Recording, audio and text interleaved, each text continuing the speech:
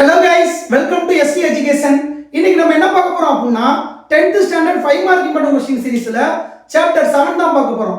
நம்ம already chapter 1ல இருந்து chapter 6 வரைக்கும் உள்ள 5 mark important question பிளேலிஸ்டாவே chapter by chapter போட்டுறோம். இது வந்து நமக்கு முன்னாடி உள்ள சப்ஸ்கிரைபர் எல்லாத்துக்குமே தெரியும். சோ நம்ம சேனலுக்கு நீங்க இப்போதான் புதுசா வரீங்க அப்படினா ஜஸ்ட் அந்த பிளேலிஸ்ட போய் செக் பண்ணுங்க. அப்படி நம்ம சேனலை சப்ஸ்கிரைப் பண்ணிட்டு பாருங்க. சரி வாங்க இன்னைக்கு क्वेश्चनக்குள்ள போலாம். இன்னைக்குள்ள क्वेश्चन என்னன்னா பயிற்சி 7.2ல செகண்ட் சம் ஓகேவா 10 மீட்டர் உட்புற விட்டம் மற்றும் 14 மீட்டர் ஆழம் கொண்ட ஒரு உருளை வடிவ கிணற்றிலிருந்து எடுக்கப்பட்ட மண் கொண்டு 5 மீட்டர் அகலத்தில் கிணற்றை சுற்றி மேடை அமைக்கப்படுகிறது எனில் மேடையின் உயரத்தை காண்க அப்படி கேட்டிருக்காங்க. இப்போ இந்த क्वेश्चन என்ன சொல்றாங்கன்னா ஒரு கிணறு இருக்குங்க, வெறும் கிணறு மட்டும் இருக்கும்போது எப்படி எல்லா கிணத்தையுமே சுத்தி வந்து ஒரு மேடை மாதிரி அமைச்சிருப்பாங்கல்ல அதான் சொல்றாங்க. சரியா? இப்போ அவங்க வந்து உங்களுக்கு உருளைன்னு சொல்றாங்க, ஆனா அங்க உட்புற விட்டம் சொல்றாங்க. அப்படின்னா அந்த क्वेश्चन வந்து எதை வச்சு அமையுது அப்படின்னா ஒரு உள்ளிடற்ற உருளை வச்சு அமையுது. அது வந்து ஒரு ட்ரிக்ஸ். சரியா? இப்போ ஏன் உள்ளிடற்ற உருளையை வச்சு அமையுது அப்படின்னு சொல்லி நம்ம பார்க்கலாம். முதல்ல என்ன சொல்றாங்க 10 மீட்டர் உட்புற விட்டம். உட்புற விட்டம் எத்தனை? 10 மீட்டர். ஓகேவா? அடுத்து 14 மீட்டர் ஆழம் கொண்ட 14. இப்போ உட்புற விட்டம் வந்து 10 மீட்டர் அப்படின்னா நம்மளுக்கு ஃபார்முலா வந்து ஆரம் தான் யூஸ் பண்ணுவோம், விட்டம் யூஸ் பண்ண மாட்டோம். அப்போ ஆரம்னா என்னது 10ல பாதி தானே, அப்போ 10/2 அப்போ எவ்வளோ 5 மீட்டர். ஓகேவா? அடுத்து 14 மீட்டர் ஆழம் கொண்ட ஆழம்னா என்னது உள்ள போறது, அப்போ அதோட ஹைட் தானே ஆழம். அப்போ ஆழம் எவ்வளோ சொல்றாங்க 14 மீட்டர். ஓகேவா? இதை கட்சின்னு சொல்லுங்க. அடுத்து 14 மீட்டர் ஆழம் கொண்ட உருளை வடிவ கிணற்றில் எடுக்கப்பட்ட மண் கொண்டு அந்த கிணறு தோண்டுதோம்ல அந்த தோண்ட மண்ணை வச்சே சுத்தி மேடை அமைக்கிறாங்க அப்படின்னு சொல்றாங்க. அது எவ்வளவு அமைக்கிறாங்க 5 மீட்டர் அகலத்துல அழைக்கிறாங்க. அப்ப ஆரம் எவ்வளோ? ஆரம் வந்து இங்க பாருங்க, இப்ப உட்புற ஆரம் வந்து எவ்வளோ 5 மீட்டர், இங்க 5 மீட்டர் அகலத்துல அழைக்காங்க. அப்போ கிணற்றுல இருந்து அந்த மேடைக்கு எவ்வளவு ஆரம் இருக்கும்? 5 + 5 எவ்வளவு இருக்கும்? 10 மீட்டர் இருக்கும். இப்ப நான் சொல்றது புரிஞ்சா? ஆல்ரெடி நம்மளுக்கு ஆரம் 5 மீட்டர், இதுல 5 மீட்டர் தூரத்துக்கு அவங்க வந்து ஆழம் தோன்றாங்க. அப்போ மொத்த ஆரம் எவ்வளவு இருக்கும்? இங்க ஆல்ரெடி ஒரு 5 இருக்கு, இங்க ஒரு 5 இருக்கு, மொத்தம் எத்தனை இருக்கும்? 10 இருக்கும். ஓகேவா? கிணற்றை சுற்றி மேடை அமைக்கப்படுகிறது.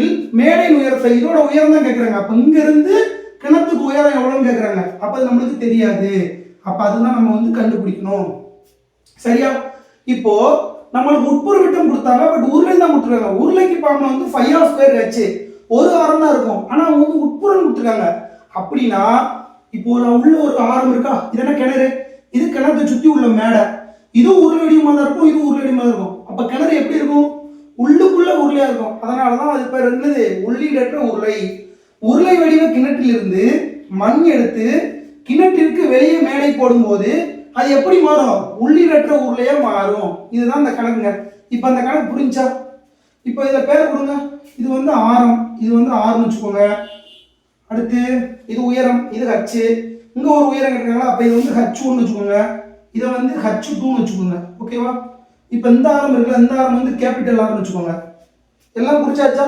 இப்போ நம்மளுக்கு வந்து உயரம் கண்டுபிடிக்கணும். உயரம் கண்டுபிடிக்கிறதுக்கு ஃபார்முலா என்னன்னா இதோட கனளவு வச்சு தான் கண்டுபிடிக்க முடியும். இப்போ நம்மளுக்கு இதோட கனளவும் சேமா தான் இருக்கும். ஏன்னா அது வந்து சும்மா உள்ள எம்டி பாக்ஸ் தான்.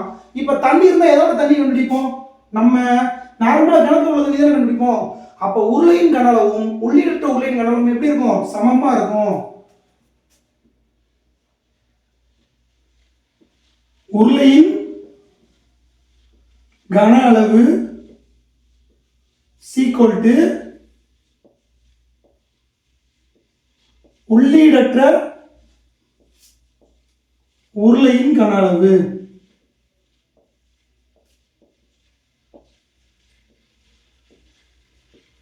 இப்போ உருளையின் கன அளவுக்கு ஃபார்முலா என்னது? உருளையின் கன அளவுக்கு ஃபார்முலா நமக்கு தெரியும், πr²h. ஓகேவா? இப்போ உள்ளிடற்ற உருளையின் கன அளவுக்கு ஃபார்முலா என்னது? R² - small r² h. இப்போ நம்மளுக்கு பாருங்களேன், h இருக்கு, h1 இருக்கு, h2 இருக்கு. அப்போ உள்ளிடற்ற உருளைக்கு என்ன இருக்கு? முதல் உருளைக்கு என்ன இருக்கு? h1 இருக்கு. உள்ளிடற்ற உருளையின் கன அளவுக்கு ஹைட் என்னது? h2. இப்போ போட்டாச்சா? இதுக்கு அடுத்து நம்ம ஜஸ்ட் நம்ம அதோட வேல்யூ மட்டும் அப்ளை பண்ணோம்னா கணக்கு முடிஞ்சு. இப்போ இந்த பை கேன்சல் ஆயிருமா? ஏன் நம்ம இந்த பை வந்து இங்க போகும்போது வகுத்தல மாறும், அப்ப ரெண்டு கேன்சல் ஆகும், நம்ம ஸ்ட்ரைட்டா கேன்சல் பண்றோம். இப்போ நம்ம வந்து டேட்டா வந்து அப்ளை பண்ணலாமா? இது 6 ஸ்கொயரு, 6ஓட வேல்யூ எத்தனை? 5. அப்போ 5 ஸ்கொயரு, 5 ஸ்கொயர் இன்ட்டு h1ஓட வேல்யூ எத்தனை? 14 equal to capital R square எத்தனை? கேபிட்டல் ஆர் வந்து 10. அப்போ 10 square minus small R square எத்தனை? 5 ஸ்கொயர் இன்ட்டு h2. இதான் நம்மளுக்கு கண்டுபிடிக்க வேண்டிய வேல்யூ. புரிஞ்சா? இப்போ 5 ஸ்கொயர்னா எத்தனை? 25 இன்ட்டு 14 சீக்வல் டு 10 ஸ்கொயர் என்ன? 100 மைனஸ் 25 இன்ட்டு h2. புரிஞ்சா? இப்போ இந்த 25 14 அப்படியே வச்சுக்கோங்க. 100ல 25 போனா எத்தனை? 75 இன்ட்டு h2. ஓகேவா? இப்போ நம்மளுக்கு h2ஓட வேல்யூ தான் தேவை, அதை மட்டும் வச்சுக்கோங்க, மற்றெல்லாம் அங்கிட்டு கொண்டு போங்க. இப்போ h2 மட்டும் நான் வச்சுக்கிட்டு இதை அங்கிட்டு கொண்டு வரேன். அப்போ 25 இன்ட்டு 14/75. இப்போ 1 25 3 25 75. இப்போ h2ஓட வேல்யூ எத்தனை? 14/3 தானே? அப்போ 1 3 3 2 3 6 3 9 4 3 12 I 3 15 4 3 12 4 வருமா? மிச்சம் 20. 6 3 18 மிச்சம் 20 6. அப்போ 4.66 வரும். அப்போ அந்த 4.67 மீட்டர் போட்டுக்கலாமா? இவ்வளவுதாங்க இதோட வேல்யூ, ஹைட்டோட வேல்யூ. இப்போ இந்த கொஸ்டின் புரிஞ்சா? இந்த கொஸ்டின்ல டிஃபிகல்ட்டான பார்ட் என்ன அப்படின்னா, உங்களுக்கு உருளையின் கனளவும் உள்ளின்ற உருளையின் கனளவும் சமம்னு தெரியணும். இன்னொன்று என்ன அப்படின்னா, வெளிப்புற ஆரம் நம்ம இங்க 5 கொடுத்தோம்னா டைரக்டா 5 போட்டுறக்கூடாது. ஆல்ரெடி ஒரு ஆரம் இருக்கு, இங்க இருந்துன்னா வரும் ஜாயிண்ட் ஆகும். அப்ப 5 + 5 தான் என்னது? 10 மீட்டர். அதாவது 5 + 5 அதான் 10 மீட்டர். இதெல்லாம் இந்த டேட்டாலாம் தெரிஞ்சு அப்படின்னா இந்த கணக்கை அசால்ட்டா சால்வ் பண்ணிடலாம்.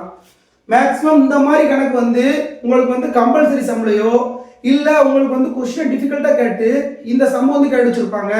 ஸோ இந்த சம் வந்து நல்லா பார்த்துக்கோங்க. உங்களுக்கு இந்த கணக்கு புரிஞ்சிருக்கும்னு நினைக்கிறேன். இந்த கணக்குல எதுவும் புரியல அப்படின்னா கமெண்ட் பாக்ஸ்ல கமெண்ட் பண்ணுங்க. அவ்வளவுதான் கைஸ். தேங்க்யூ ஃபார் வாட்சிங். தேங்க்யூ.